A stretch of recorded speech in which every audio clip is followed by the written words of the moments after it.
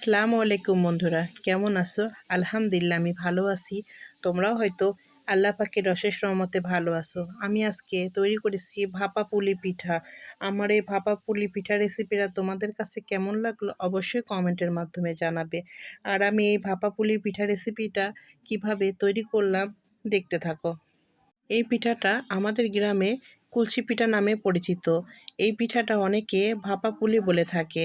তো আমরা এইভাবে কুলসি পিঠা তৈরি করে থাকি। আমার এই কুলসি পিঠার ডিজাইনটা তোমাদের কাছে কেমন লাগলো?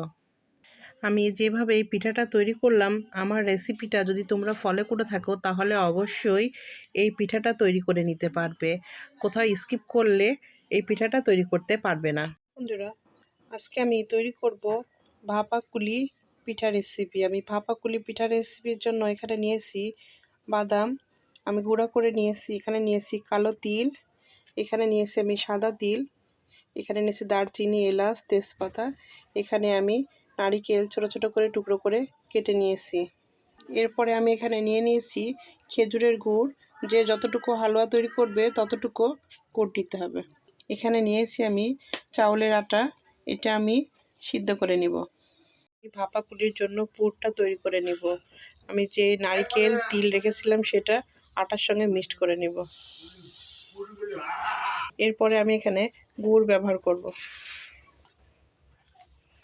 এটা এখন হাতের সাহায্যে সুন্দর করে মিক্সড করে নেব।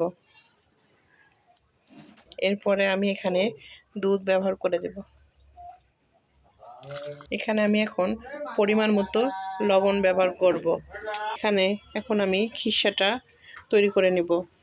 হাতের সঙ্গে আমার মিক্সড করা হয়ে গেছে খিসাটা।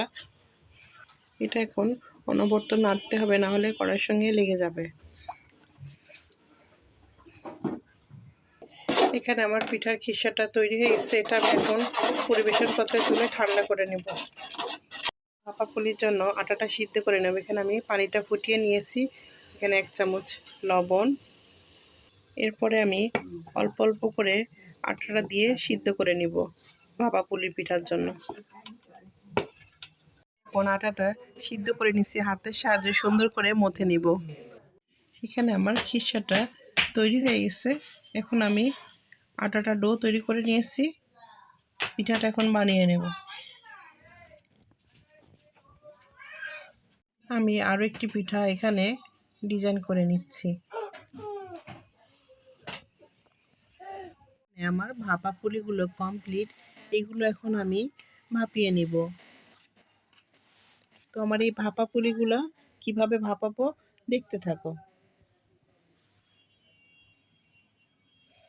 এখানে আমি রাইস কুকারে পানি বসিয়ে দিয়েছি। রাইস কুকারের যে ঝাঁঝরিটা থাকে ভর্তা করা, সেটাতে আমি এখন পিঠাগুলো সিদ্ধ করে নিব। এভাবে এক এক করে পিঠাগুলো এর উপরে একটা নেট দিয়েছি।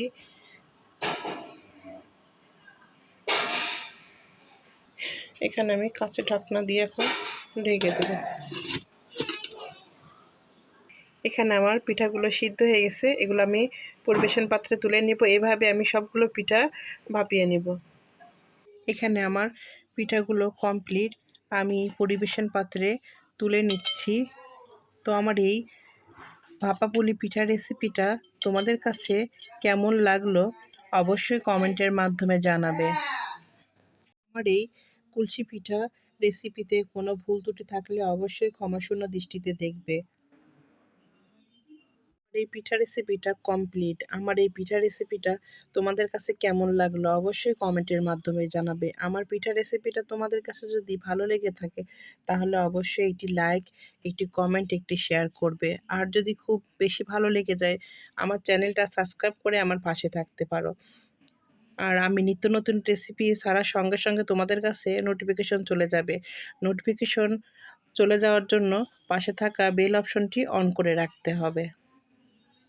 আমার এই পিঠা রেসিপিটা যে যেখান থেকে দেখছো তাদেরকে অসংখ্য অসংখ্য ধন্যবাদ।